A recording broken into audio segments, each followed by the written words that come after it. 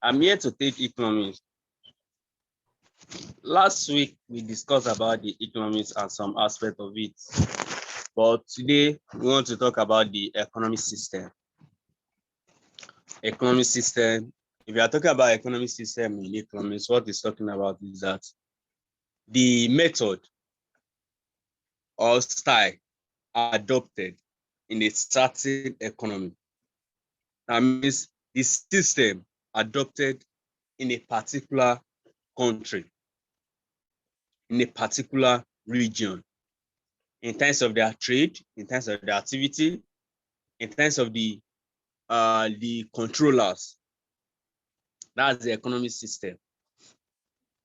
If you are talking about the system, what type of system are they adopting?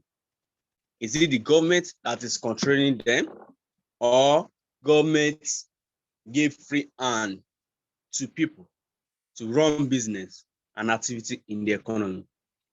Or are they combining the two? What exactly is the method that they are adopting? That's what economic system is all about. That's the economic system we are talking about in this particular concept. So in economic system refers to the mode of production and the distribution of goods and services within which economic activity takes place. The production activity, how do we distribute it? How do we produce in the economy? Our goods and services that we are producing, how do we produce them? Is it the government that is producing it, or an individual, or the combination of both government and individual that is producing it? That's economic system. The economic system now divided into majorly three types. So, bro, can you? I don't know if you can on your camera actually. Camera. Okay, let me try.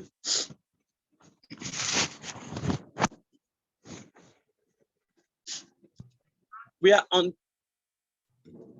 the concept of the economic system. Economic system. Then what are the types of the economic system? We've explained what economic system is all about. It's talking about the mode of production and distribution of goods and services in the economy. What is the method that we are adopting in producing goods and services? Are we using government system, whereby it's going to be government, strictly government, that is producing goods and also distributing the goods and services? Or are we adopting the system whereby it's both the government and private sector that is producing goods and services and distributing it within the country? Are we adopting a method whereby it's both the government and the private sector that run the economy? So it's all depend on the country and the economic system they are adopting. So, but we have three major types of economic system. One, the first one is the capitalist, which is also known as free market economic system. Why some also call it a laissez-faire economic system. This capitalist economic system is a situation whereby it's the private sector, that's the forces of demand and supply, that control the markets, that carry out the production activity and distribute it within themselves. That's the capitalist. The second aspect of it is talking about the socialism. That's the government. When government control the economic activity, government produce, they distribute, the goods and services. That's the socialism, which is also known as communism. In that system, is strictly the government that monitor, that carry out the production and also distribute it to the consumers. What the masses do is to just buy it from them and consume it. Government dictates the mode, the price, and the production activity of the economy. That's the socialism. So the third one, which is the mixed economic system, that's the system whereby we combine both the government and private sector to operate in the economy. Government come up and introduce their own. Demand and supply will also come out and say, okay, this is what you want to, this is what we are producing. It's a mixed. They mixed the two together in that market. So let's look at the standard definition of capitalism or free enterprises economy, also called free market economy. Capitalism is an economic system in which each individual in its capacity as a consumer, producer, or resource owners is engaged in economic activity with a large measure of economic freedom. That means the consumer, producer, and resource owner, they are engaged in economic activity with a large measurement of economic freedom. So that's when the producer, the consumer, the resource owners, they participated in the economic activity in order to make their best profit. Individual economic actions conform to the existing large institutional framework of the society, which is governed by the institution of private property, profit motive, freedom of enterprises, and consumers' satisfaction. So now, the major activity in this society is that in that capitalist economy, people are producing in order to make profits. Their concern is how to make profit and also satisfy consumers. So in the course of finding a way to satisfy consumers, they try to increase their productivity quality. What they are producing, the quality of it, they will increase it. That product quality will enhance them in the increment in price, and that will not make them to make profits in it. Because if you produce any inferior goods to the market, there are other competitors there. They might not even buy your goods. They will go for other competitors in order to get their best satisfaction. So for that reason, you just have to produce quality goods and put quality price on it. So that's the situation. That's the only way you can make the best profits on it. Please, 1 minute. I just need to attend to something. Yeah, that's the capitalist economy. The objective is for them to make profits on their business. So they make profits, they satisfy the customers. That's all about the capitalist. So, but the capitalists, there are some features, that's the characteristic for you to know that, okay, this one that they are talking about is the capitalist.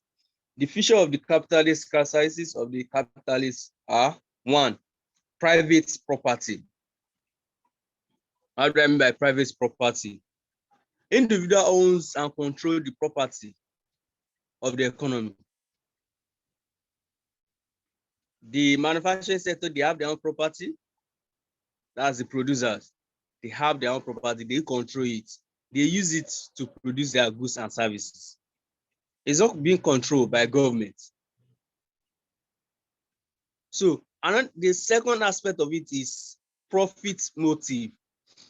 Their objective and their target is to make profit. Their objective is to make profit, to make enough profit.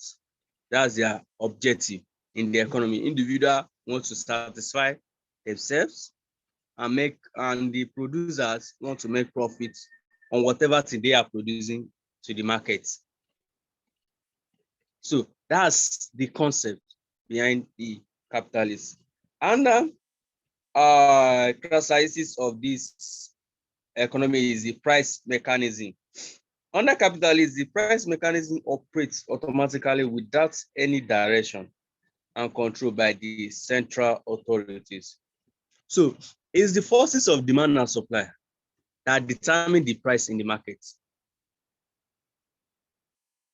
That system, individual will come up to the market and say, okay, this is what I want to pay.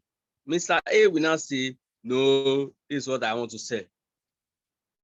So the price mechanism always takes place in that market. It's not a situation whereby they dictate price for them. No, they don't dictate price for them. Another aspect of it is freedom of enterprise. There is always a free exit and free entry. You can enter anytime you want, you can move out anytime you want. But the major aspect of it is that it allows people to try their best. You have the freedom to do whatever thing you think you can do, to produce whatever thing you think you can produce in the market. The other aspect of it is the competition. There is always a competition in the market. A market whereby there are many producers, there are many sellers in the market. It's going to encourage competition, whereby people compete with each other. Producers compete with each other that have to produce the best products to the market in order to enhance or motivate my consumers in buying those products. That's the competition aspect of it. We have so many characteristics, but let's just list a few of it. I'll move on to merits of capitalism. We are talking about merits, that means the advantages aspect of capitalism. Advantages aspect of capitalism. The first one is increase in production. Now, we have many people because there is free entry and free exit. People can enter anytime and they can decide to go anytime they want. So because of the free entry, there are a lot of trials. There are a lot of people willing to produce things. So because of that freedom, it's not going to enhance more productivity, and that will increase production in the economy. So that's one advantage about it. Quality, second aspect of it is quality products at low cost. Quality products at low cost. Now we have many competitors competing. Individual will find a way to enhance his own products, to produce quality products and sell it at a low price, not making abnormal profits.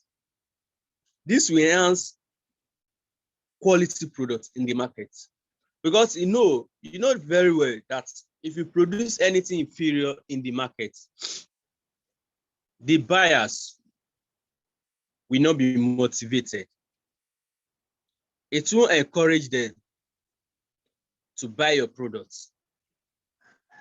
So for that reason, what you are going to get in the market is the quality product. All the inferior ones will be there, but people will not buy them. So it's going to increase quality products with low cost. Because many trials are there. You can pick this one, pick the other person's own, and measure it. Look at the best. That's one of the advantages in it. The third one is the progress and prosperity. The presence of competition under capitalism leads to increase in efficiency, encourages producers to innovate, and thereby brings progress and prosperity in the country. When there is competition, it's going to enhance your productivity, and it's going to make you to do a lot of research on how to produce this thing better. So in that situation, it's going to bring about competition. It's going to bring about innovation in the country, and that will lead to progress in the economy. The other aspect of it is maximizes welfare. The automatic working of the price mechanism under capitalism brings efficiency in the production and distribution of goods and services without any central plan. So it's due to the issue of efficiency.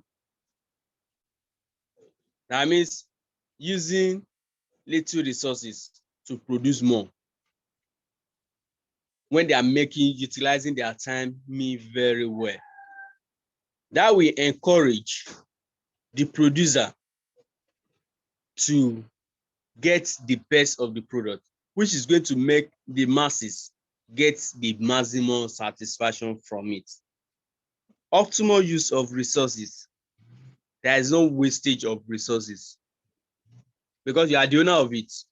You want to utilize your resources to the best satisfaction. That's the optimal use of resources. Flexible system. A capitalist economy operates automatically through the price mechanism. If there are shortages or surpluses in the economy, they are corrected automatically by the forces of demand and supply. So it encourages a situation whereby when there are errors or mistakes, the forces of demand and supply will come in. Or when there is shortage in one particular sector or unemployment in the economy, the forces of demand and supply will come in place to regularize it, to control it. Or whenever they have a surplus in a particular sector, in a particular economy, the forces of demand and supply, that means the buyer and sellers, will come in place to control it, to balance the economy. Flexible system, because demand and supply regulates the economy. So let's talk about the merits of capitalism. That's the disadvantage aspect of the capitalism. This is one major disadvantages of capitalism is that it leads to monopoly. A system, monopoly is talking about a situation whereby one person is producing a particular product and sell it to many buyers.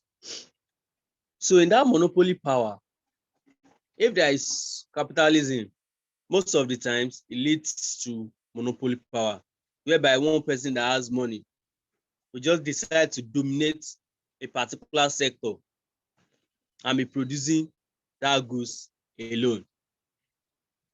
Look at Nigeria now. We have Dangote now that has money. This particular person can decide to enter any sector and dominate the sector and control the sector because of the power that he has. That's what capitalism always bring. Another aspect of it is inequality. The institution of private property creates inequalities of income and wealth under capitalism. Now, inequality in what sense? Distribution of income among the masses doesn't always give equal opportunity for people. That's why in the capitalism, you have the rich people. The gap between the rich and the poor is going to be more wide. It's wider compared to the socialism. Rich will continue to be richer, while the poor continue to be poor. Because the capitalism gives the rich people opportunity to run business and control the economy with the use of their monopoly power. So if you don't have money to do business in that economy, the rich people will push you down. Doesn't bring opportunity for the government to remove money from the rich people and share it among the poor people. No. The rich people pack the money and keep it to themselves. Inequalities. Depression, another one is depression and unemployment. Capitalism is characterized by business fluctuations and unemployment. A situation that means under the capitalism, business will be going up and down. That's business cycle. Sometimes we have prospects, that's a prosperity in the business, which we call boom. Under period, you can have recession. There's going to be a frustration in the economy. In the booming period, the unemployment rate will reduce. While in the recession period or recovery period, unemployment rate will increase. That's the disadvantage aspect of capitalism. We have so many of it. Let's move on to socialism. A socialist economy is an economic organization in which the means of production are owned and regulated by the state. The means of production and distribution of goods and services are controlled by government. That's the state. The state, that's the government. They control it, they manage it, they also distribute the resources among the masses. So the production and distribution of goods and factors of production are done by the state under the direction of the planning commission. So that's socialism. So let's talk about the characteristics of socialism. One, public ownership.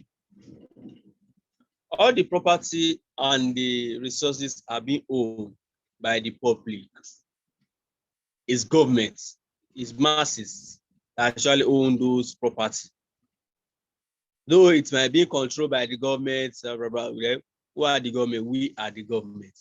But there is a public ownership.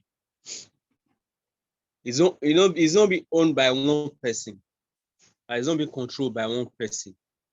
It's government that takes total control over it. Central planning. Anything that wants to happen in the economy has to come from the central, from the top. That means from the federal down to the local government. So they dictate and tell us what they want over there. And whatever thing they dictated there, that's what is going to apply down to the lower level. Definite objective, the defined objective. A socialism economic system operates within a period whereby what they want is to dictate and tell us This is our objective, and that's what they work towards.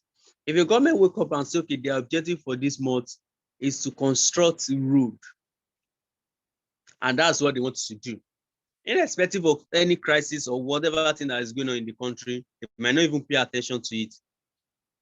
That's the socialism. They pay attention to the road and construct it to the best. Freedom of consumption. Under socialism, consumers implies that production in state-owned industry is generally governed by the preferences of consumers, and the available commodities are distributed to the consumers at fixed prices through the state-run department stores. Now, the socialism, they give freedom of consumption in terms of what? They will tell you the price for rice is 20 naira. So that price of rice that you've seen 20 naira in Abuja, if you go to Ogun State, you are going to meet the same thing. Going to Zamfara, you are meeting the same thing, 20 naira. Go to Port Harcourt, you are meeting the same thing, 20 naira. That's what socialism gives. So that's what they give. The price, freedom of consumption, your freedom is there, you consume whatever you want to consume because we have a standard price to it. Equality of income distribution. Another one is equality of income distribution. Income distribution in this regard is talking about distributing of income among the masses. That means collecting from the rich people and share it to the poor people. How would government do that? They adopt that by applying tax. The tax will rich people and collect the money from them, use it to build probably water or health center or school for the poor. So that's how government collects from the rich people and share it to the among the poor people. It's not as if they are going to collect money from them and start giving out money to the poor. No, though they can do that as well, but the major way out is to use tax system. Charge them tax. Bro, They will pay tax. you Yeah, have less than 10 minutes. are you kidding me? You, Okay, you, you don't need to explain everything now. Just capture the one you can explain, then continue next class. okay, it's fine. So that's equality of income distribution by collecting from the rich people and share it among the poor people. Then let's talk about merits of socialism. Merits of socialism. The first one is greater economic efficiency. Economic efficiency under socialism is greater than under capitalism. The means of production are controlled and regulated by the Central Planning Authority towards choosing ends. That means the efficiency you are going to get from socialism is greater than the efficiency getting from the capitalism. We are talking about efficiency here. What do I mean? It's talking about how effective they make use of those inputs in producing goods. It's more effective in socialism than the capitalism.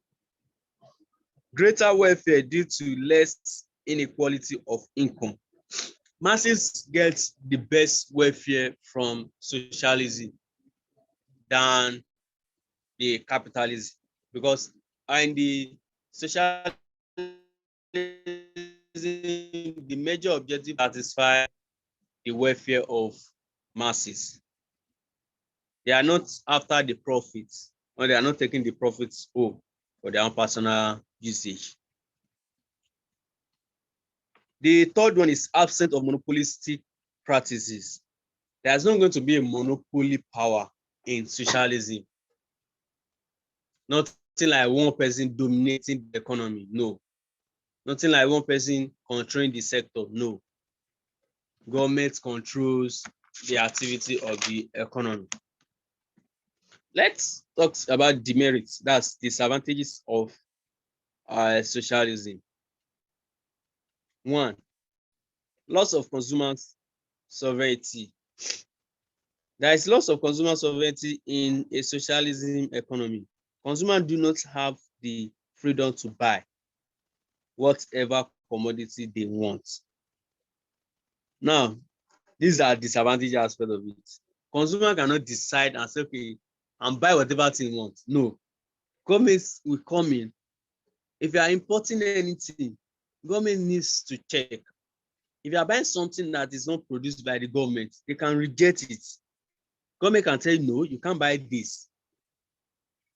So there's no that freedom from consumer to buy whatever thing they want to buy. No freedom of occupation. No, government dictates the kind of occupation that you have to do. Government dictate, they tell you what to do in the economy, not you dictating for government. You can't just wake up and do whatever thing you feel like doing. It's not allowed in socialism. Another aspect of it is allocation of resources. That means not allocating resources properly, not allocating resources to the right sector, because the government's property, nobody cares about it. They allocate it the way they want. It's a disadvantage, it's a great disadvantage in socialism. Let's talk about the mixed economy. A mixed economy, like I said, mixed economy is talking about the economic system that adopts both the socialism and capitalism in the same economy. A mixed economy is a golden mean, is a golden between a capitalist economy and a socialist economy. It is an economic system where the price mechanism and economic planning are used side by side. That means governments are going to be operating in the same economy, while capitalists too will also be there, running the same economy. There is no monopoly power. If anybody wants to adopt any monopoly power, government will come in and control it. If there's any market failure, government will come in and control it. Any externalities that can lead to bad economy, that can lead to bad system, government will come in and control it. If government is implementing anything that is not done, that is not proper, masses will protest and say they don't want this. This is what they want. That's a mixed economy. Most of the advanced countries are adopting the mixed economy. Government operates, individuals also operate in the economy. So the characteristics of mixed economy are: one, public sector. There's going to be a public sector like what you have in Nigeria today. Other aspect is going to be private sector. Private sector will also be operating the economy. Public sector will also be in the existence. The third one is joint sector. A joint sector is such a sector that combines both the private and the public together, operating together in order to achieve the same goal, the same objective. Cooperative sector. Cooperative sector, whereby, okay, individual can say, okay, let's have our own corporate that will be running the economy together, all those forms. Then we have freedom and control. there's a freedom for it to enter and exist. Freedom of entry and exist. And control. Control, there's a measurement. They define a control measure that they are going to adopt. That's what they adopt throughout the economy. That's what they adopt throughout the economy. They have economic planning. There's a standard planning. You can't just do anyhow. You do anyhow, government take in charge. If you do anyhow, government send letter to you, control you on what to do, like what is happening in Nigeria. So advantages aspect of mixed economy. Best allocation of resources. Best allocation of resources. So because the mixed economy, we want to allocate the resources properly. Government allocates to the private sector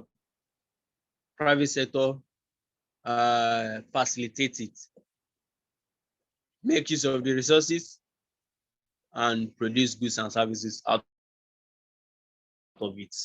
So that's the best allocation of resources. General balance. There's a checkmate in a mixed economy. Government will come and checkmate. The resources allocated to you, how did they do it? Was it utilized properly? The purpose of it, were you able to achieve it?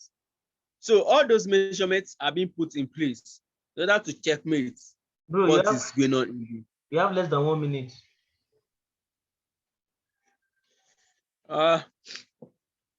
At this point, because we don't have time, do you have any questions to ask? I don't I think our next class. Yeah, I think in the next class we'll continue.